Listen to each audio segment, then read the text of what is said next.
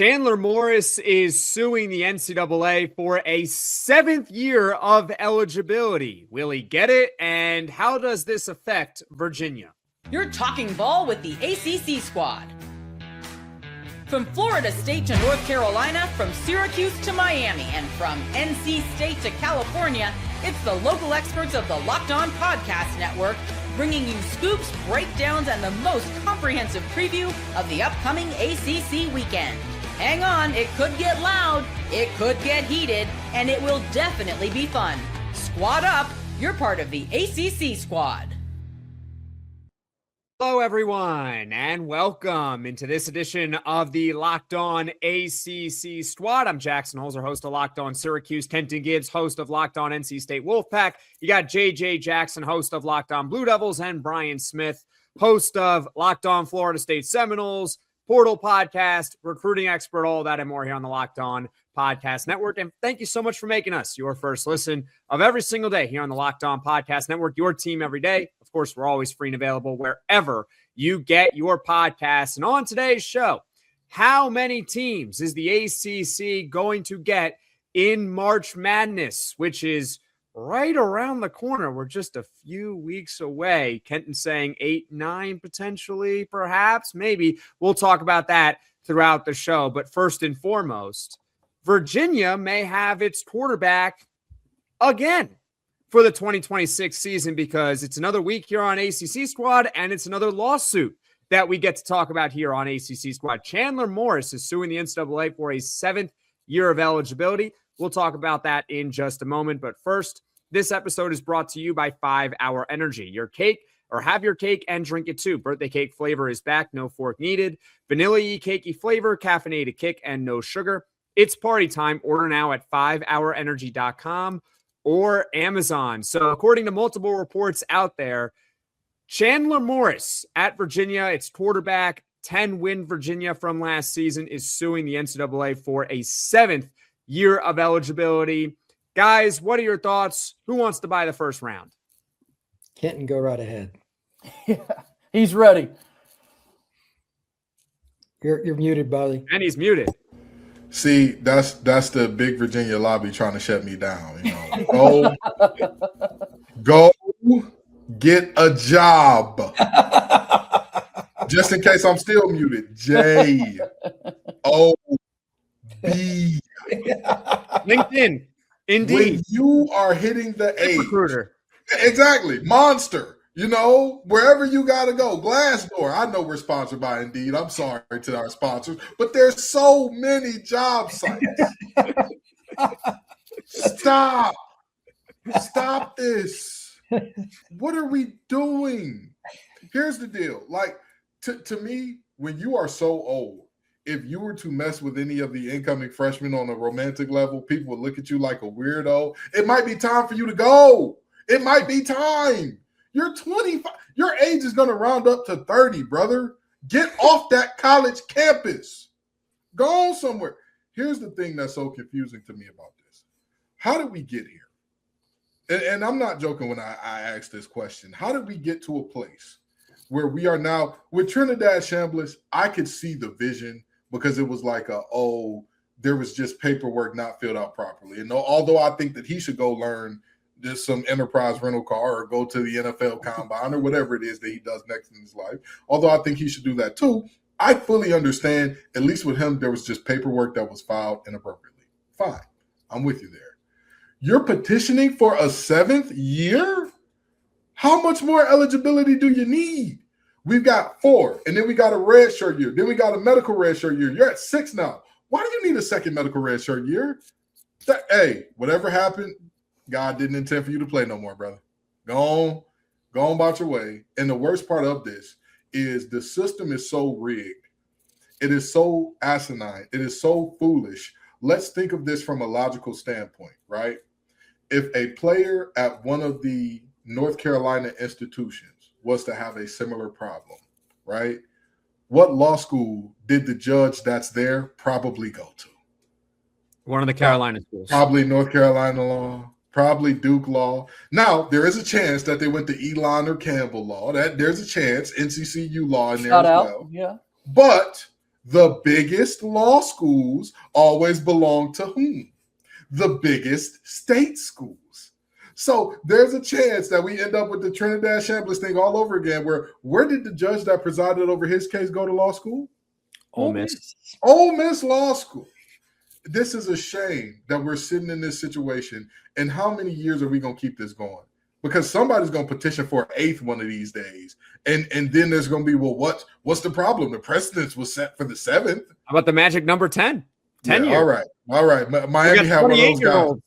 In college football.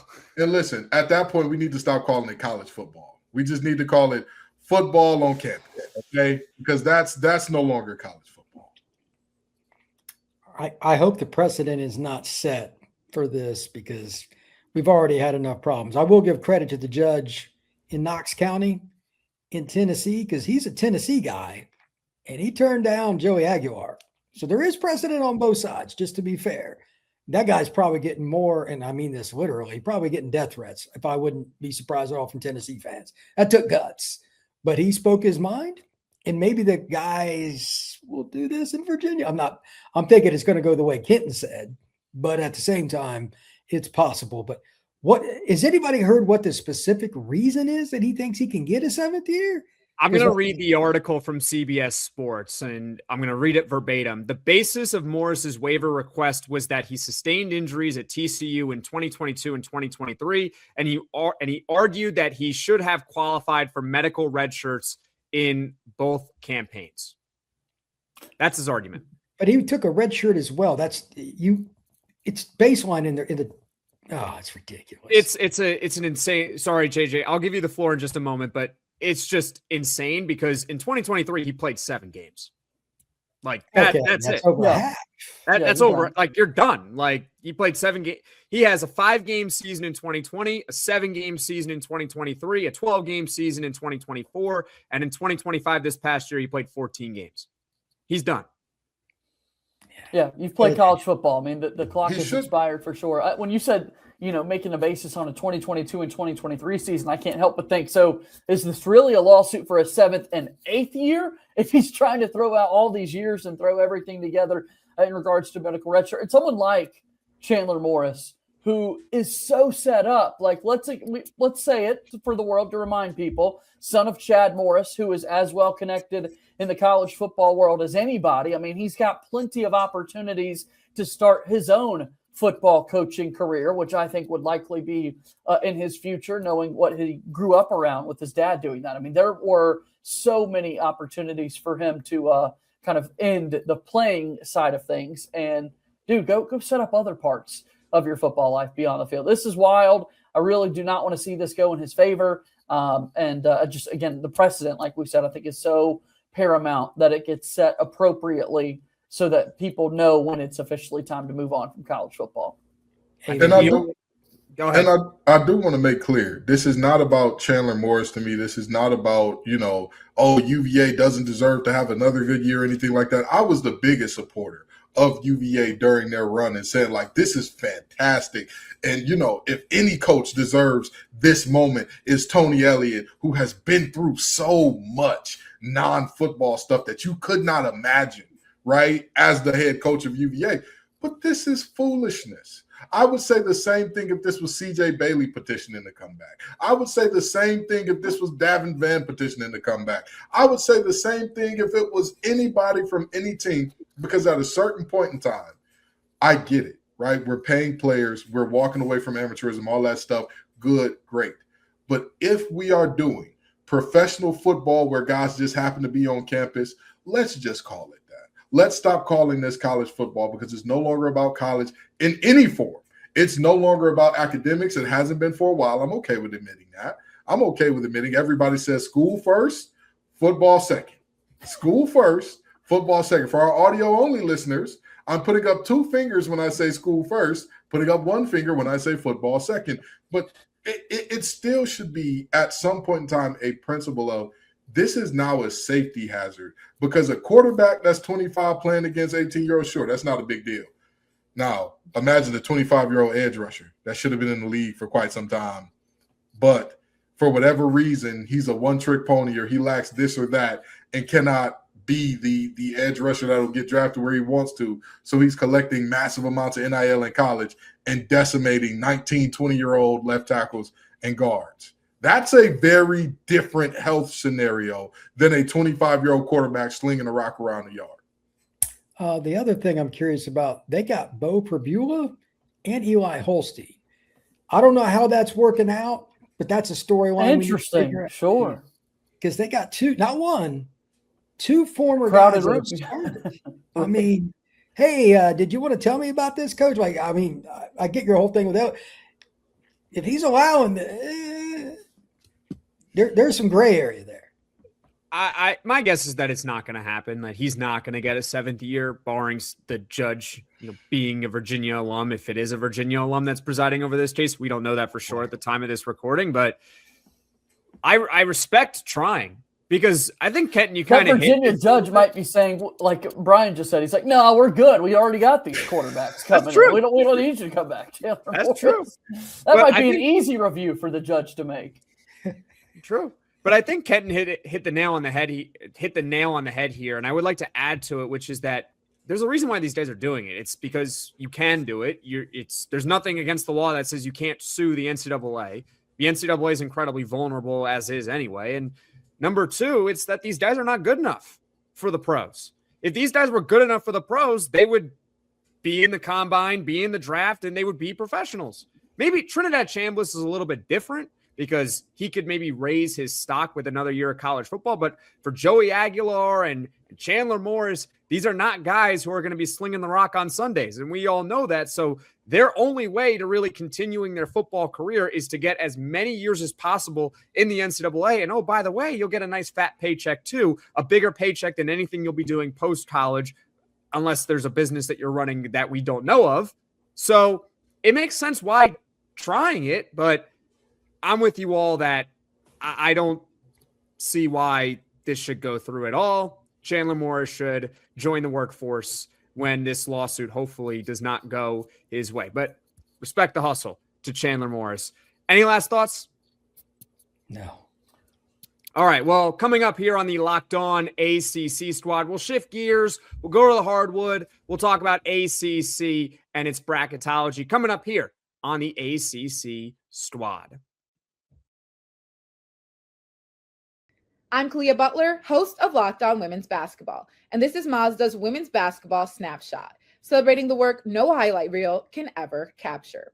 South Carolina rolled past Ole Miss 85-48 to clinch a share of the SEC regular season title and lock down the number 1 seed in the conference tournament. The Gamecocks extended their win streak over Ole Miss to 21 straight. UCLA dominated Wisconsin 80-60 to secure its first outright Big Ten regular season championship in program history. The Bruins improved to 27-1 overall and remain unbeaten in conference play. And number 12 TCU stormed back from a 13-point fourth quarter deficit to beat Iowa State 80-73. The Horned Frogs now sit alone atop the Big 12 standings and are 1 win away from clinching another regular season conference crown. These moments are earned off the clock, those long before the lights ever come on. The sweat, the fakes, the doubt, the scrapes, and coming back for more every time. Mazda puts that same drive into every detail. Wins define the moment, putting in the work, that defines you. There's more to a Mazda because there's more to you. Ever wanted to experience the NBA Finals live and in person? FanDuel is giving you the chance to turn that dream into reality with their NBA sweepstakes. And here's how it works. Use your profit boost on any NBA future, and you'll automatically be entered for a shot to win an NBA Finals trip for 2. That's right. Flights, tickets, the whole experience. If you're already looking at the board and thinking about which team can make a deep run, this is the perfect time to lock it in. And now not only can you pick your cash, but it could also send you to the NBA Finals. Visit FanDuel.com to get started. Use your profit boost on an NBA future and get entered for your chance to win a trip to the NBA Finals. Play your game with FanDuel, the official sports betting partner of the NBA. Thank you so much for making the ACC Squad your first listen of the day. And hey, you can get Locked On ACC ad-free with the Everydayer Club, plus members-only Discord access. Join in the description below. And folks, This is the ACC Squad. We shift gears. We're no longer talking about Chandler Morris in the 7th year of eligibility nonsense / lawsuit, whatever you want to call it. Let's talk about the hardwood here. ACC bracketology. Now, at the time of this recording, it is Tuesday evening, February 24th. So things are, of course, subject to change. But the latest ESPN bracketology from Joe Lunardi has the conference getting 8 teams in the NCAA tournament. In addition, there are 2 other teams that are on the outside looking in, but they're on the bubble. First 4 out team, you got Cal. They are the 3rd team listed out. And you got Virginia Tech. That is the 6th team out. So they're in the next 4 out category. So, gentlemen, the floor is yours. How many teams do you think the ACC is going to get into March Madness?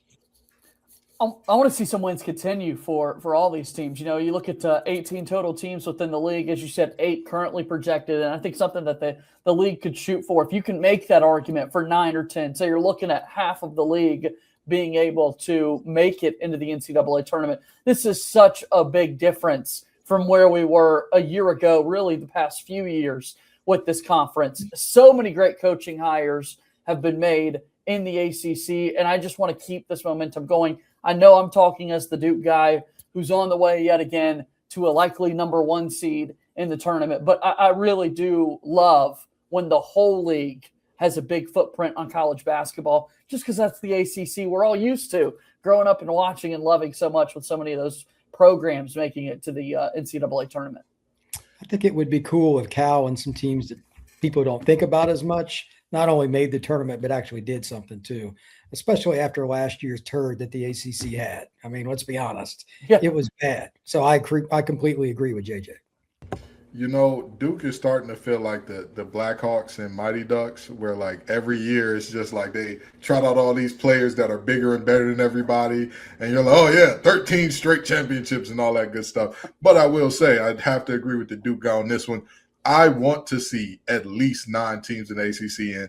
And here's the thing, even when the ACC has our down years, isn't it so interesting how when the tournament happens and we get to lock horns with everybody else, somehow all of those ACC teams end up advancing further and further and further along?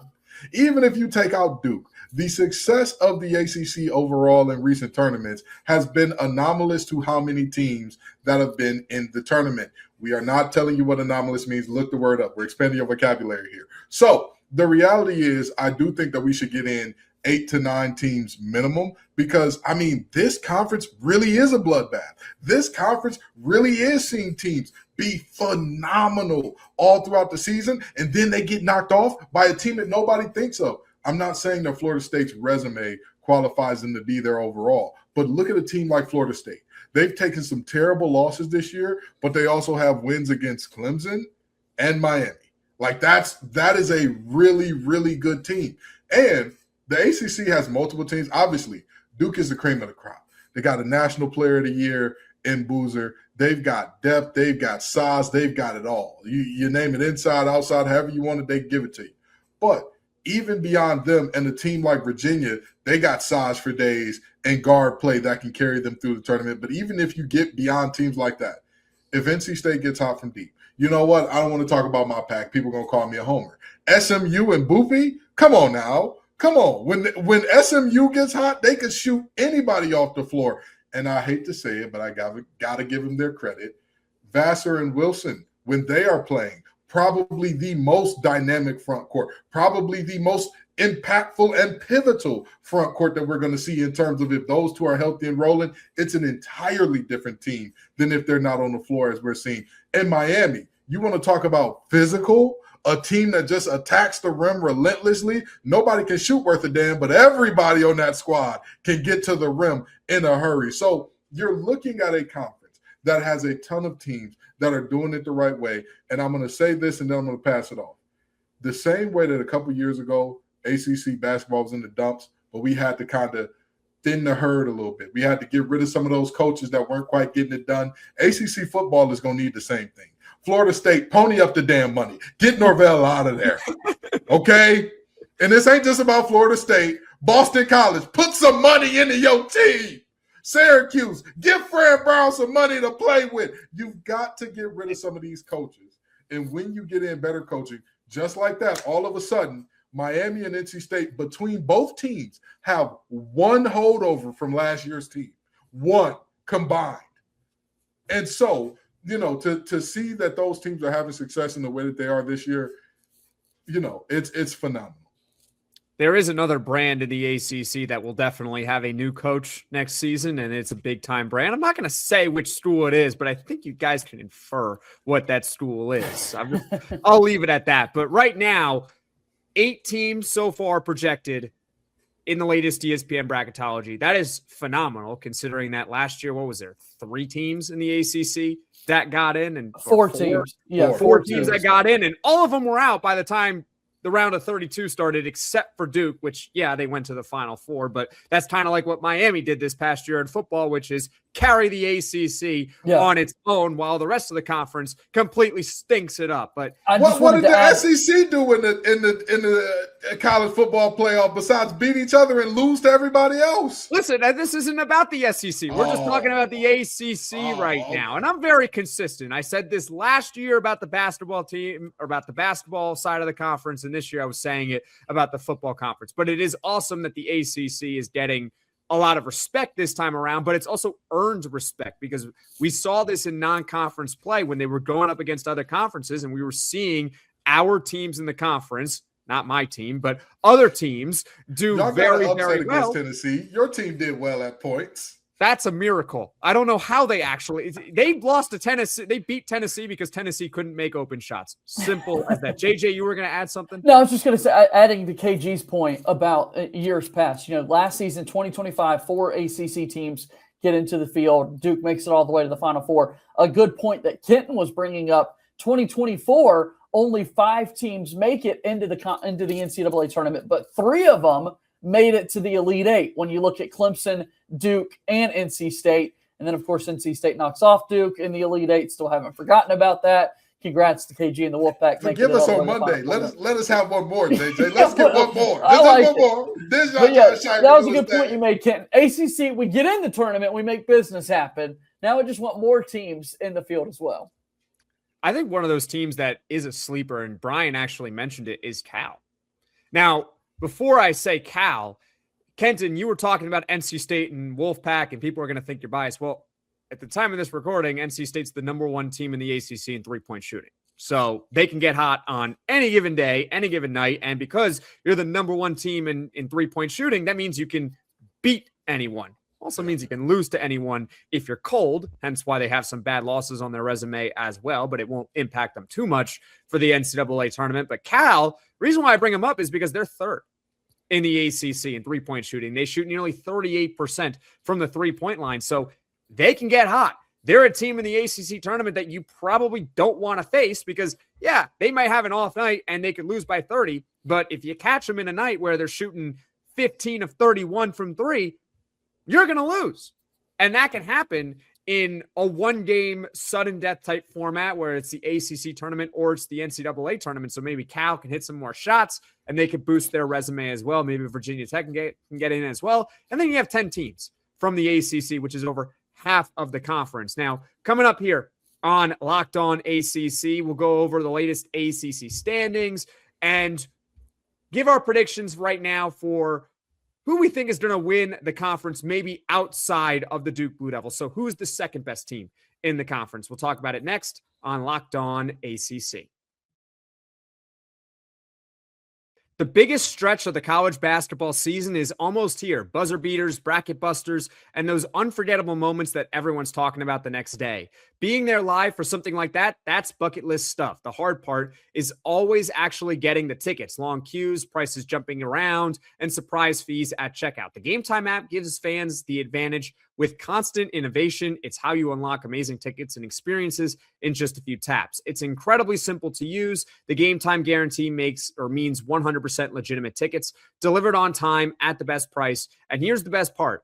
fees are included in the price you see. What you see is what you pay. No stress, no guesswork, just a smooth experience from start to finish. That's exactly what you want during the busiest part of the season. Take the guesswork out of buying college basketball tickets with Game Time. Download the Game Time app, create an account, use code Locked On for $20 off your first purchase. Terms apply. Again, create an account, redeem code Locked On, LOCKEDON for $20 off. Download the Game Time app today. Welcome to the 5-Hour Energy Flavored Draft with 18 different flavors to choose from, including new options like confetti craze, fruity rainbow, or cotton candy. There's something for everyone. The board is set. Flavors are ready, and I've got my number one pick for the 5-Hour Energy Draft. I'm a big cotton candy fan, so let's go with cotton candy. 5-Hour Energy shots give you a boost with zero sugar. Find your new favorite flavor of 5-Hour Energy shots available online at 5hourenergy.com or Amazon.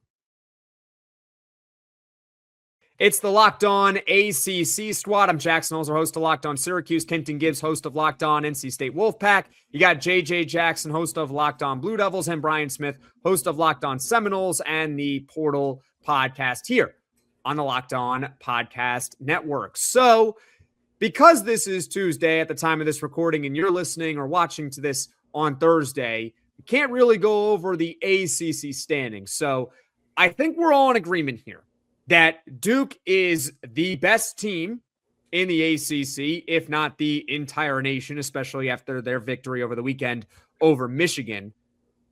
Guys, who do you think is the second best team in the conference? Who's the biggest challenger to the Duke Blue Devils?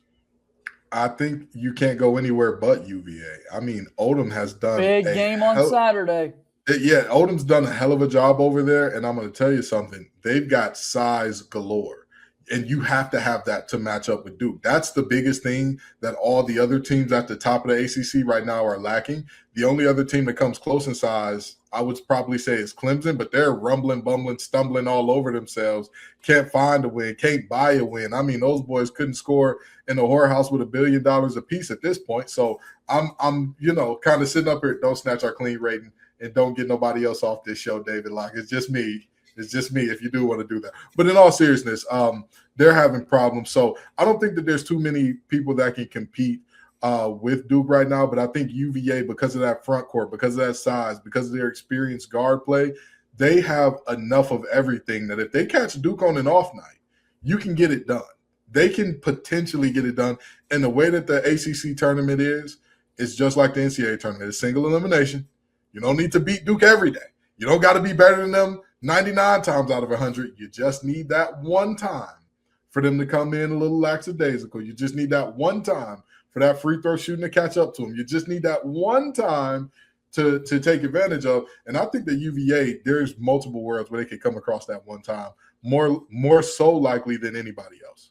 Well, and then, so when we're recording this, obviously tonight we've got Duke and Notre Dame and then NC State and Virginia. Assuming both teams hold serve there, it makes Saturday's game all the more important with the regular season title up for grabs. Duke right now in the driver's seat with 1 week left to play. Kenton, you talk about one bad shooting night for these teams going into Saturday. Right now set for a noon Eastern tip-off. So my concern would be the game inside Cameron Indoor. Are we, did you wake up well? It's an early morning with this game, rocking and rolling. We'll see how Duke goes. But what they've shown so far this season, I think Duke's in a really good, strong spot here. I'm curious, though, to see what Virginia looks like because that's a team that no one's been talking about nationally. 11th in the country. They've only lost to Butler in a strange non-conference game there. Triple overtime against Virginia Tech and then against North Carolina. So Virginia's done really well throughout the course of the season. So we'll see if they catch Duke waking up on the wrong side of the bed on Saturday when it comes to that big showdown that they've got in Cameron Indoor. I agree with both of you on that. I just want to throw a little down the road. A team that we never know what you're going to get is Louisville for the ACC tournament. They don't play real well away from home, but I've seen them play live.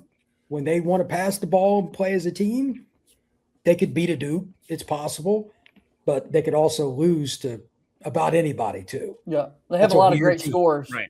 Yeah. And I'm gonna tell you, their individual scores, they tear. I still have nightmares waking up thinking about Michael Brown and what he did to NC State. I mean, him and Cantwell put up 70 points on their own. It was disgusting stuff. So, Brian, you're absolutely right. If those two get hot, it's gonna be tough. But because we're talking about Virginia, or with Louisville specifically.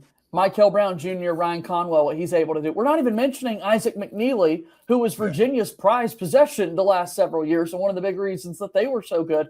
And now it's a totally rebuilt Virginia team. But, there are so many individual scores on Louisville that can make things happen.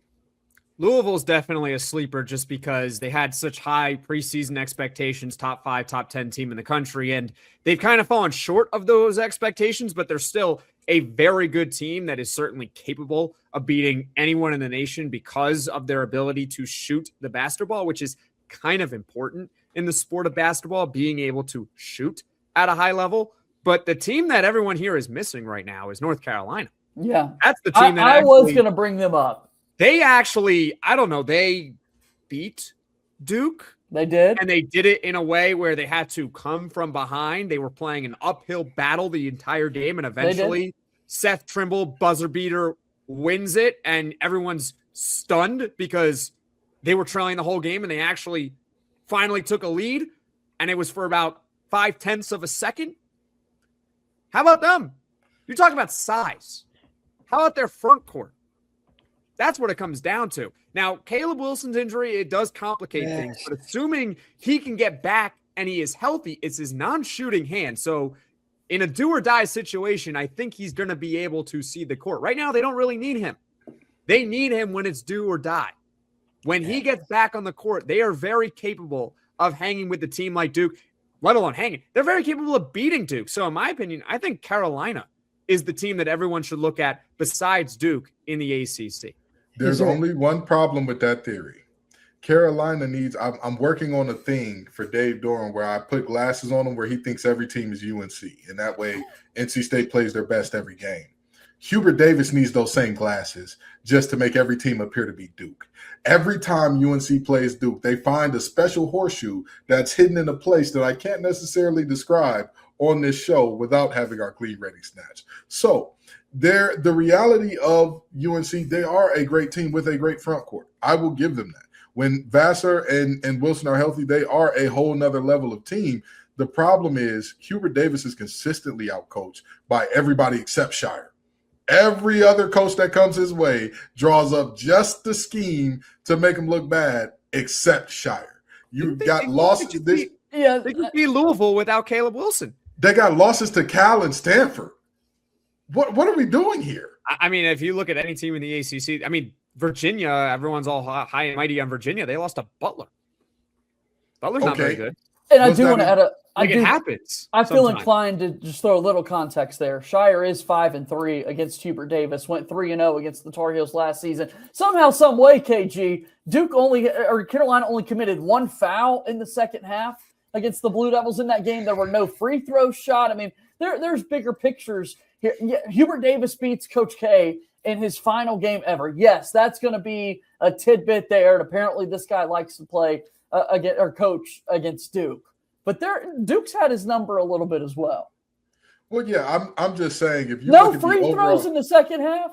Hey, listen, there were no fouls. Pat Combs fouls out. JJ, I'm with you. All I'm saying is the reality of what we're looking at in terms of believing in UNC. The guard play, I don't believe, is there at a high enough level to be that team. But again, like you said, if Vassar and Wilson are healthy and rolling at their highest clip, sure, they can. Wilson says he's bringing belt to ass to people, man, and he found a way to do that, I guess, down the stretch there. But, in Raleigh, the belt was holding up his pants on the sideline because he wasn't in the game, so the belt was. Never mind, we ain't got to go there. But yeah, long story short, that was very clever. Well done. I appreciate it. I see what you're saying with UNC, and I do agree that if those two are rolling at their highest clip, it's possible. But again, if you could convince them every team is Duke, they'd be fine. Unfortunately, such is not the case. And they will have that one or two games where you're just like, man, what are they doing out there? And again, tournament season is guard season. And if your guards can't get it done, with all due respect, Seth Trimble has been a disappointment at times this year. And name me a guard on Carolina that's been good this year, not named Trimble. Go for it. All righty. I rest my case. All right. Well, I'm still saying Carolina, but good case, Kenton. Good case. Fellas, any last thoughts? No, this has been fun. I'm obviously happy Duke's in the driver's seat right now. Hopefully they're able to put together a big tournament run that we're setting up here for folks. Which tournament run? Both. I take a lot of pride in that ACC tournament, but obviously sights on 6, man. The 6th national championship coming to Durham would be amazing. I think that Duke is going to win the ACC tournament, and then they're going to lose in the round of 64. Name the 16 seed that's going to upset Duke in the first round. I'm kidding. They're not actually going to do that. Maybe they'll lose in the round of 32. Who's going to be that 8-9 team that gets to play Duke? We'll see. But for now, ladies and gentlemen, thank you so much for making the ACC Squad your first listen to the day. And hey, make sure you subscribe and follow the Locked On ACC podcast, as well as the other podcasts here represented here on the Locked On Podcast Network. Myself, Locked On Syracuse, Kenton Gibbs, Locked On Wolfpack, JG Jackson, Locked On Blue Devils, Brian Smith, Locked On Florida State Seminoles, and the Portal Podcast. And hey, if you never miss an episode, the Everydayer Club is built for you. Get Locked On ACC ad-free, plus members-only Discord access and more. Head to Locked On ACC. The link is in the description below. For now, ladies and gentlemen, thank you all so much for watching. Thank you all so much for listening, and we will see you all again next week on the ACC Squad.